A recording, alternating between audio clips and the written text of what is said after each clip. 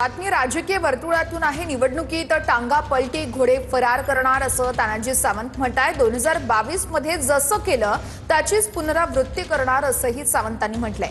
तानाजी सावंतांचा राणा जगजितसिंह पाटील यांच्यावर नाव न घेता अप्रत्यक्ष हा निशाणा आहे। आता होणाऱ्या जिल्हा परिषदेमध्ये अध्यक्षपदासाठी झेडपी अध्यक्षासाठी बरेच नेते मंडळी बऱ्याच नेते मंडळीच्या सौभाग्यवती गुडघ्याला बाशिंग देव पाण्यात घालून बसलेले आहेत। हे सगळ्यालाच माहिती आहे।